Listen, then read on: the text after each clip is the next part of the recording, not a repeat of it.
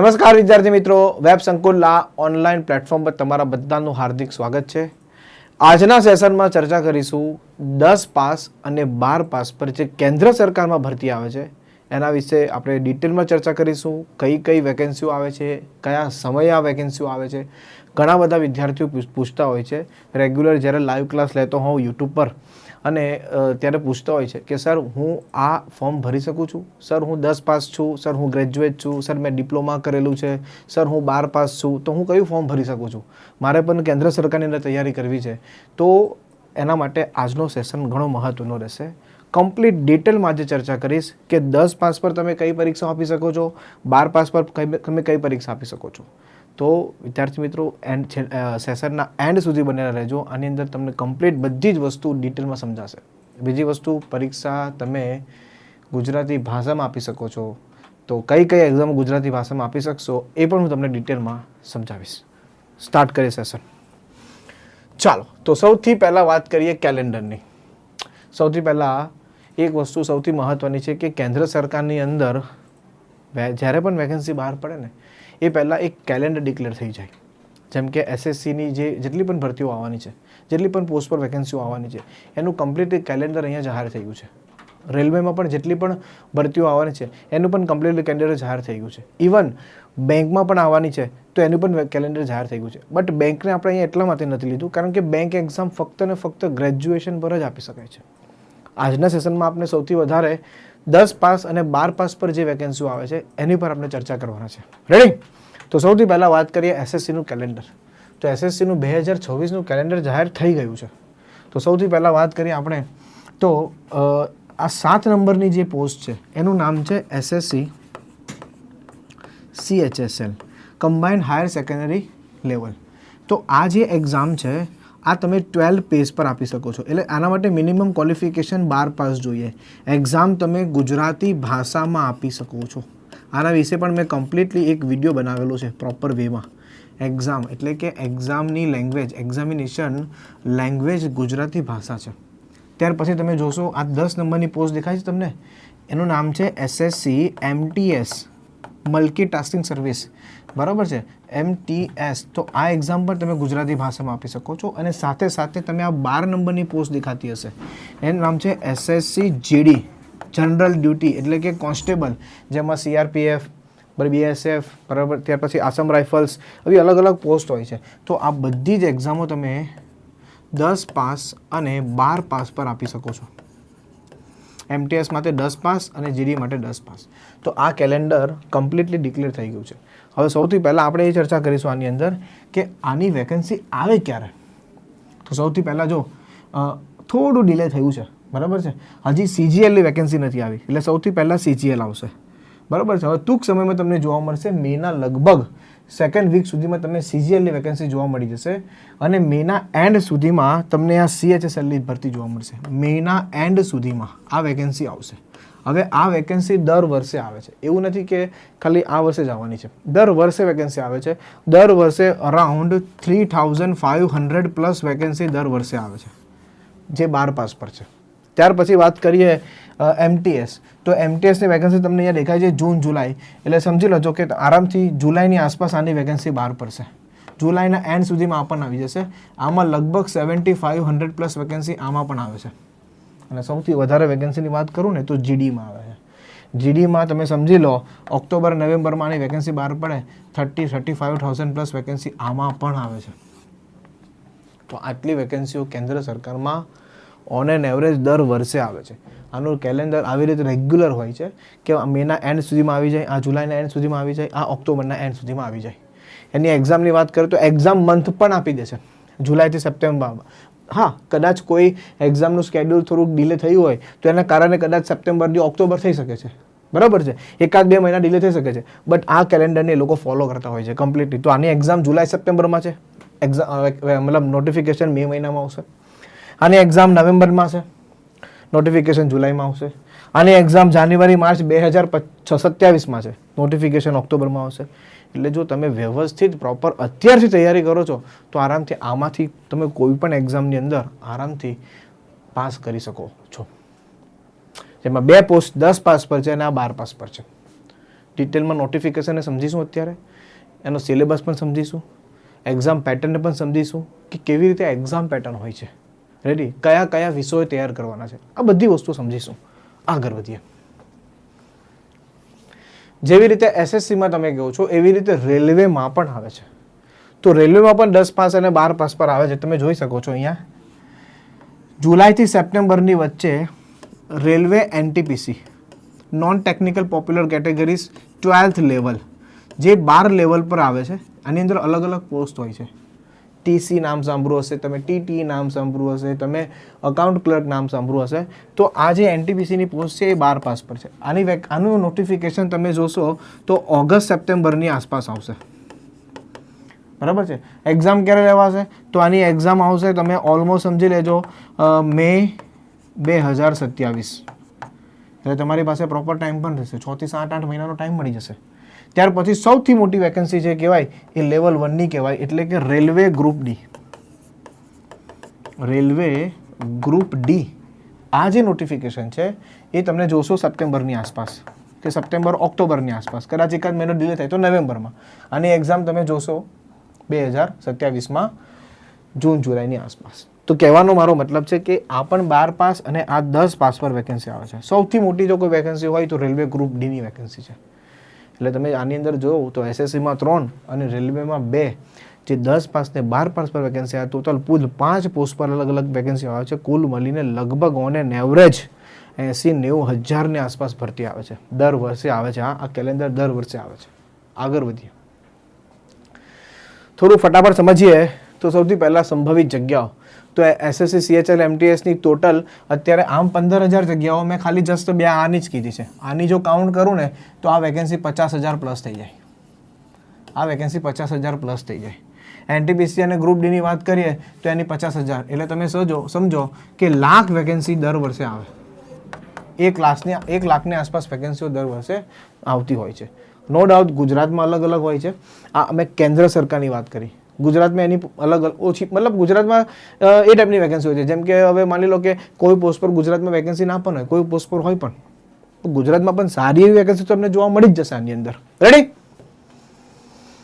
પરીક્ષા અને તેની પોસ્ટ. સૌથી પહેલાં એસએસસીમાં જો 3 પ્રકારની પોસ્ટ હોય છે. એક તો એલડીસીની પોસ્ટ હોય, ડીઈઓની પોસ્ટ હોય અને જેએસએની પોસ્ટ હોય છે. આ એક પ્રકારની ક્લેરિકલ વર્ક છે, ક્લર્કનું વર્ક કરવાનું હોય છે. જેમ કે તમારે ફાઇલ મેન્ટેન કરવી, એન્ટ્રી મારવી, બરાબર છે, કોમ્પ્યુટરમાં. અને આનું જ લોકેશન ક્યાં હોય છે? તો ભારત સરકારના જે અલગ અલગ મંત્રાલયો છે, બરાબર છે, જેમ કે વિદેશ મંત્રાલય છે, ત્યાર પછી સીબીઆઈ છે, ત્યાર પછી કન્ઝ્યુમર એન્ડ ફૂડ અફેર્સ છે. તો અલગ અલગ જે મંત્રાલયો છે એની અંદર તમને ક્લેરિકલ પોસ્ટ પર જોબ મળતી હોય છે એસએસસી સીએચએસએલ થ્રુ, જે 12 પાસ પર છે.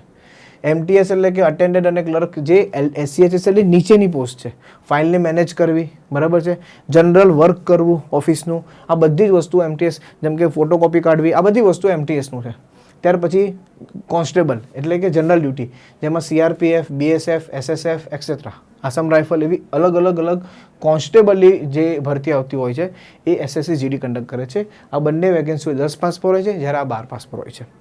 બધી એક્ઝામ ગુજરાતી ભાષામાં તમે આપી શકો છો.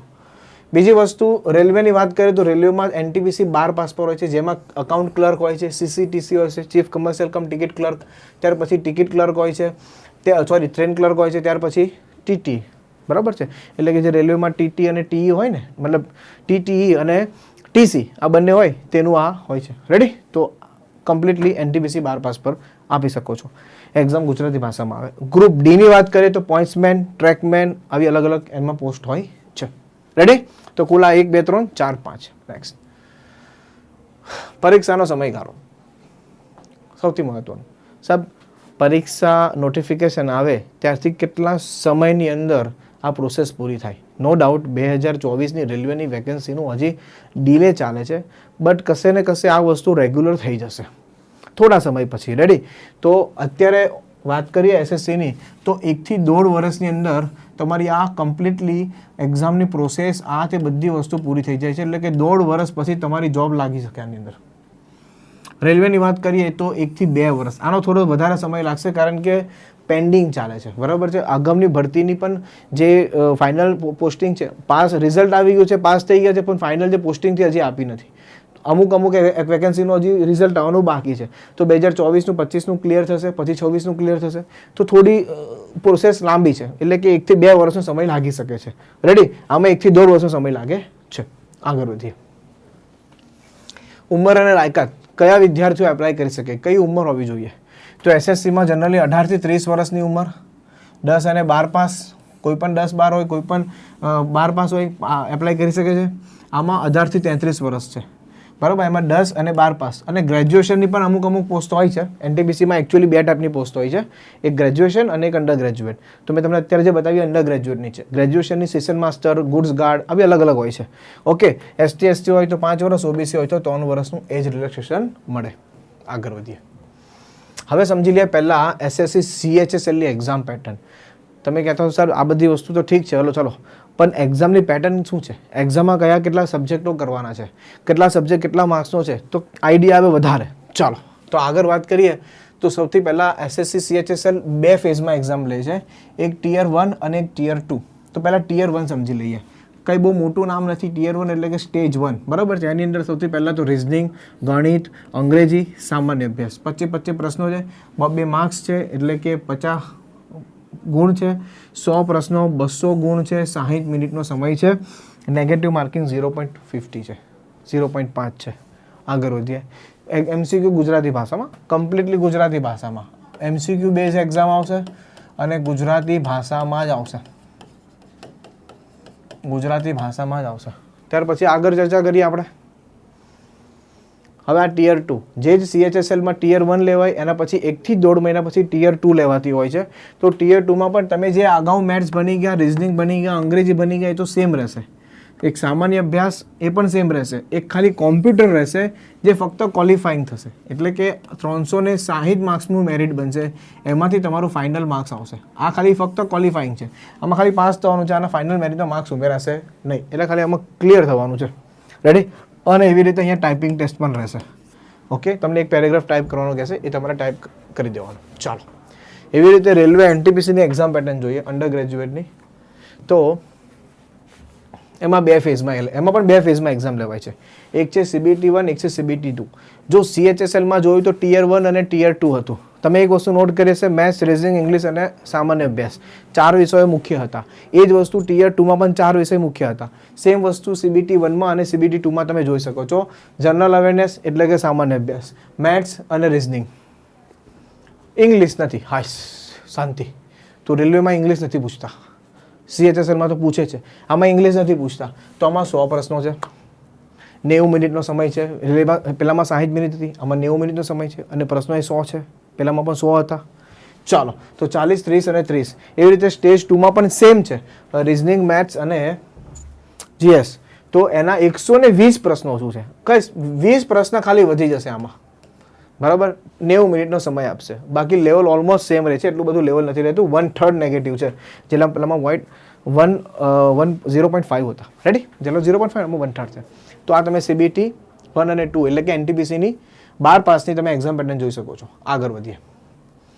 રેલવે ગ્રુપ D, જે વેકેન્સી 10 પાસ પર છે.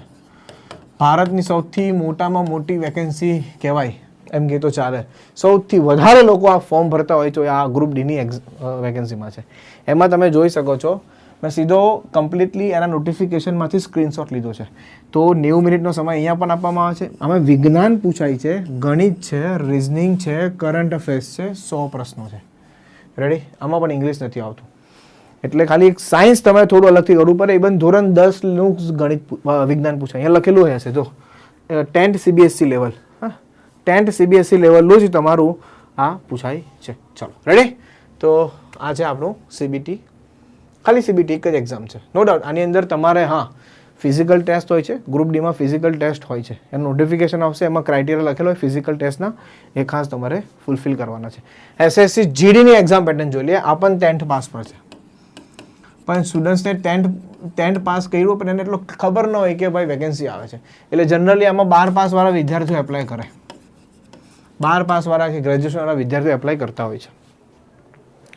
એમાં તમે જોઈ શકો છો રિઝનિંગ છે, જનરલ નોલેજ છે, ગણિત છે અને ઇંગ્લિશ અથવા હિન્દી બેમાંથી જે પણ સિલેક્ટ કરવું એ કરી શકો છો. એક પ્રશ્ન 2 માર્ક્સનો છે, 60 મિનિટનો સમય છે. એટલે ટોટલ 80 માર્ક્સનું પેપર છે. બરાબર છે, અને 160 માર્ક્સ, 80 પ્રશ્નો છે, 160 માર્ક્સનું પેપર છે. રેડી? આમાં પણ એક જ એક્ઝામ હોય છે. આની અંદર તમે જોશો તો આ જે છે એ કમ્પ્લીટલી એની ફિઝિકલ ટેસ્ટ છે. તો તમે 5 કિલોમીટર મેલ માટે 24 મિનિટમાં, 1.6 કિલોમીટર 7 મિનિટમાં, એવી રીતે ફિમેલ માટે ક્રાઇટેરિયા આપેલા છે. બરાબર? અને આ રીતે મેલ માટે હાઇટ અને આ ફિમેલ માટે હાઇટ આપેલી છે. કારણ કે પોલીસ કોન્સ્ટેબલની ભરતી છે ને, જનરલ ડ્યુટી છે, SSC GD છે, તો એની અંદર ફિઝિકલ જરૂરી છે, બહુ જ મહત્વનું છે. નેક્સ્ટ, એવી રીતે SSC MTSની આ પણ 10 પાસ પર વેકેન્સી છે. બરાબર છે? બધી જ પરીક્ષા ગુજરાતી ભાષામાં આપી શકો છો, બધી જ પરીક્ષા, નો ડાઉટ. અહીંયા મેં જે સ્ક્રીનશોટ લીધા છે ઇંગ્લિશમાં છે, ઠીક છે, ડાયરેક્ટ નોટિફિકેશનમાંથી લીધા છે, પણ ઓલમોસ્ટ એક્ઝામ, બધી જ એક્ઝામ ગુજરાતીમાં આપી શકો છો. હવે આમાં તમે જોશો તો આમાં છે ને ગણિત અને રિઝનિંગ બહુ સારું છે. એમાં ખાલી ક્વોલિફાઈંગ ગણિત અને રિઝનિંગ 20 પ્રશ્નો 60 માર્ક્સ, 20 પ્રશ્નો 60 માર્ક્સ, 45 મિનિટનો સમય આપી દેવામાં આવે. જનરલ મારા માટે 30%, એટલે કે 12 પ્રશ્નો સાચા પડવા જોઈએ આની અંદરથી. 20 ને 20 40માંથી ફક્ત ને 12 પ્રશ્નો સાચા પડવા જોઈએ, એટલે તમારું સીધું પેપર 2 ચેક થાય. OBC માટે 25% અને ST/SC માટે 20%. જ્યારે MTSમાં અને CHSLમાં અને ગ્રુપ Dમાં એવું નહીં હતું. એની અંદર તમારે કમ્પ્લીટલી ટિયર 1 ક્લિયર થવું પડે, એની અંદર પાસ થાવ તો જ ટિયર 2માં જાઓ. આની અંદર ફક્ત ને ફક્ત ઠીક છે, આ ક્લિયર કરવાનું છે, બટ ક્વોલિફાઈંગ છે, મેરિટ નહીં બને આનીમાંથી. મેરિટ પહેલામાં જ્યારે કેવું હતું, ટોટલમાંથી મેરિટ બને. આમાં મેરિટ CBT 2 મતલબ સેશન 2 આવશે, એમાંથી મેરિટ બનશે. એક જ દિવસે પેપર હોય છે, અલગ અલગ પેપર નથી હોતા. તમે જોઈ શકો છો. જો સૌથી મહત્વનો વિષય સામાન્ય જ્ઞાન અને અંગ્રેજી. એટલે કદાચ તમને જો ગણિત રિઝનિંગથી ડર લાગતો હોય ને, તો તમારા માટે SSC MTSની સૌથી સારી વેકેન્સી કહી શકાય. કારણ કે આની અંદર જો ફરીથી એકવાર જો 12 પ્રશ્નો છે, 12 પ્રશ્નો તો બહુ ઇઝી આવે, એટલું બધું લેવલવાળું નથી આવતું આની અંદર MTSમાં. હા, પેલામાં આવે છે. તો આની અંદર 12 પ્રશ્નો, 10 પ્રશ્નો સાચા નહીં પડે, 40માંથી ખાલી 10 પ્રશ્નો સાચા નહીં પડે. 10 પ્રશ્નો સાચા પડે એટલે સીધા આમાં જતા રહેવાનું. આમાંથી તમારું મેરિટ બને, એટલે કે તમારું કટ ઓફ 150માંથી બને. મેઇન માર્ક્સ આમાંથી આવે. નેગેટિવ માર્કિંગ અહીંયા એક છે, પેલામાં નેગેટિવ માર્કિંગ નથી. રેડી? એટલે તમારું અંગ્રેજી અને સામાન્ય જ્ઞાન બહુ સારું હોવું જોઈએ. અંગ્રેજીમાં પણ તમારે ગ્રામેટિકલ ઇંગ્લિશ વધારે, જે ટેન્સીસ છે એનું જ્ઞાન પ્રોપર હોવું જોઈએ, પાર્ટ ઓફ સ્પીચ છે એનું જ્ઞાન પ્રોપર હોવું જોઈએ. રેડી? ચાલો આગળ વધીએ. એમાં પણ તમે જોશો તો ફિઝિકલ છે મેલ માટે અને ફિમેલ માટે. મેલ માટે તમે જોશો 1600 મીટર 15 મિનિટમાં, ફિમેલ માટે 1 કિલોમીટર 20 મિનિટમાં. આગળ વધીએ. એમાં બી હાઇટ, વેટ અને ચેસ્ટના ક્રાઇટેરિયા તમે જોઈ શકો છો. રેડી? કારણ કે જનરલ ડ્યુટી છે, પોલીસ કોન્સ્ટેબલ છે, એટલે હાઇટ, વેટ તો રહેવાની. રેડી? અને રનિંગ પણ રહેવાનું છે. આગળ પસંદગીની પ્રક્રિયા તો તમે જોશો SSC અને CHS રેલવેમાં આમાં ટિયર 1, ટિયર 2, સ્કિલ ટેસ્ટ અને ફિઝિકલ અને મેડિકલ. રેલવેની અંદર CBT 1, CBT 2, ગ્રુપ D હોય તો ખાલી એક જ છે. આમાં MTS હોય તો પણ ખાલી એક જ છે. બરાબર છે? CHSL હોય તો ટિયર 2 અને ટિયર 1 બંને રહેશે. સ્કિલ ટેસ્ટ, ફિઝિકલ અને મેડિકલ અને ડોક્યુમેન્ટ વેરિફિકેશન. રેડી? આમાં મેડિકલ થોડું સ્ટ્રોંગ રહેશે. રેલવેની અંદર મેડિકલ થોડું સારું એવું રહેશે. આની અંદર મેડિકલ MTS છે તો રહેશે, GD છે તો રહેશે, પણ CHSLમાં મેડિકલ એટલું બધું સ્ટ્રિક્ટ નથી. બરાબર છે? ચાલો આગળ વધીએ. નેક્સ્ટ, હવે આ જનરલી બધી જ વેકેન્સીની મેં વાત કરી, એની અંદર જે મુખ્ય વિષયો છે ને, કયા વિષય પર વધારે ફોકસ કરવાનું. તો ભાઈ SSCની અંદર તમે જુઓ GK એટલે કે જનરલ નોલેજ, સામાન્ય અભ્યાસ, કરંટ અફેર્સ, મેથ્સ, રિઝનિંગ અને ઇંગ્લિશ. SSC માટે ઇંગ્લિશ જરૂરી છે. SSC માટે ઇંગ્લિશ જરૂરી છે, જ્યારે રેલવે માટે ઇંગ્લિશ જરૂરી નથી. એમાં ગણિત, રિઝનિંગ, GK, સ્ટેટિક અને સાયન્સ મતલબ કરંટ અફેર્સ આ વધારે જરૂરી છે. એટલે ઓવરઓલ સાર જોવા જઈએ બધી જ વેકેન્સીનો, તો તમારે આટલા વિષયો રેડી કરવાના રહે. અને અમુક વિદ્યાર્થીઓ પૂછતા હોય કે સાહેબ આ GK જે છે, સ્ટેટિક GK છે કે GS છે, એમાં કેટલું વાંચવાનું? તો ભાઈ ભારતની ભૂગોળ, ભારતનું બંધારણ, ભારતનો ઇતિહાસ, ત્યાર પછી આગળ વાત કરીએ તો અર્થવ્યવસ્થા અને સ્ટેટિક GK વારસો, બધું ભારતનું. પણ આ કેટલું? એકદમ ડેપ્થમાં નહીં, ઉપરનું. એટલું બધું ડેપ્થમાં નથી પૂછતા એક્ઝામની અંદર. રેડી? આ કોઈ UPSCની એક્ઝામ નથી, આ SSC CGLની એક્ઝામ નથી, આ કોઈ GPSC ક્લાસ 1, 2ની એક્ઝામ નથી કે એકદમ ડેપ્થમાં પૂછે, ઉપરથી પૂછે છે. આ લોકોને મેઇન ટાર્ગેટ છે તમારું ગણિત અને રિઝનિંગ બહુ સ્ટ્રોંગ હોવું જોઈએ. તમે જોજો અહીંયા ફોકસ કરો, સૌથી વધારે મેઇન વસ્તુ છે ગણિત અને રિઝનિંગ, આ સૌથી વધારે. અને MTSની વેકેન્સીમાં છે ઇંગ્લિશ. આમાં ગણિત રિઝનિંગ થોડું ઓછું ઇમ્પોર્ટન્ટ છે, પણ બાકીની બધી વેકેન્સીમાં સૌથી વધારે મહત્વનો કોઈ સબ્જેક્ટ હોય તો ગણિત અને રિઝનિંગ, અને બધું જ MCQ બેઝ આવે. પરીક્ષા તમે ગુજરાતી ભાષામાં આપી શકો છો. ચાલો રેડી. પરીક્ષાનું લેવલ તો ભાઈ એસએસસીનું થોડું મોડરેટ ટુ હાઈ હોઈ શકે છે, બટ રેલવેનું ઇઝી ટુ મોડરેટ હોય. રેલવેનું ક્યારેય પણ લેવલ હાઈ હોતું નથી. હા, એસએસસીમાં થોડું હાઈ જઈ શકે છે, બરાબર, પણ રેલવેમાં ક્યારેય હાઈ જતું નથી. રેલવેમાં મોડરેટ લેવલના પેપર આવે છે, આરામથી તમે એને સોલ્વ કરી શકો. પ્રીવિયસ યરના પેપરની સિરીઝ પણ યુટ્યુબ પર મૂકેલી છે, તમે એકવાર જોજો કે કેવું પેપર પૂછાય છે. એકદમ ઇઝી પેપર, એકદમ હાઈ લેવલ પૂછાતું નથી. તમે આરામથી થોડી વ્યવસ્થિત પ્રિપેરેશન કરો ને તો ક્લિયર થઈ શકે એક્ઝામ. ચાલો, વર્ક એન્વાયરમેન્ટ તમને બધાને ખ્યાલ હોય તો ડેસ્ક જોબ છે, એકદમ ફૂલ ફિલ્ડ ડેસ્ક જોબ છે 9 થી 5ની, જે ઓફિસ ટાઈમ પર જવાનું હોય, સેટરડે સન્ડે ઓફ. રેલવેની વાત કરે તો ડેસ્ક જોબ પણ છે NTPC અંડર ગ્રેજ્યુએટમાં, પણ ગ્રુપ ડીની વાત કરીએ તો ફિલ્ડ વર્ક પણ છે અને શિફ્ટ વાઇઝ પણ જોબ છે. આમાં શિફ્ટ આવે, રેલવેની અંદર શિફ્ટ વાઇઝ જોબ પણ આવે, ત્યાર પછી ફિલ્ડ વર્ક જોબ પણ આવે. રેલવે ગ્રુપ ડીમાં ફિલ્ડ જોબ છે, બરાબર, ડેસ્ક જોબ પણ છે, પણ આની અંદર કમ્પ્લીટલી ડેસ્ક જોબ છે. હા, SSC GD હોય તે વસ્તુ અલગ છે, બરાબર, એ પોલીસ કોન્સ્ટેબલ છે એટલા માટે. ચલો, બંનેમાં હાઈ સિક્યુરિટી છે. તમને કોઈ કાલે ઉઠીને એમ નહીં કે ભાઈ કાલથી તમે જોબ પર નહીં આવતા. હાઈ સિક્યુરિટી વાળી બંને જોબ છે, બંને હાઈ સિક્યુરિટી વાળી જોબ છે. તમને એવું નહીં કે કાલે આટલા અકાઉન્ટ ઓપન કરવાના છે, તમને એવું નહીં કે કાલે આટલો ટાર્ગેટ છે આ પૂરો કરી દો, એવું કોઈ ટાર્ગેટ બેઝ નહીં હતું. એકદમ કમ્પ્લીટલી જેટલું વર્ક હોય એ વર્કને પ્રોપર વ્યવસ્થિત રીતે કરવાનું હોય છે, એટલે મસ્ત હાઈ સિક્યુરિટી વાળી જોબ કહી શકાય. આઈ હોપ તમને બધી વસ્તુમાં સારી રીતે ખબર પડી ગઈ. તો બેટા આ છે 10 અને 12 પાસ પર આવનારી રેલવે SSCમાં ભરતીઓ. આનું કેલેન્ડર દર વર્ષે આવે છે, બેંકોમાં પણ આવે છે, બટ બેંકમાં ઓનલી ગ્રેજ્યુએટ જ એપ્લાય કરી શકે છે, એમાં અંડર ગ્રેજ્યુએટ એપ્લાય નહીં કરી શકે. એટલે આમાં બેંક વિશે આપણે સમજાવ્યું નથી. બેંકનું સેશન આખું અલગથી સમજાવું છું, એનું પણ આપણું સેશન ચાલુ છે.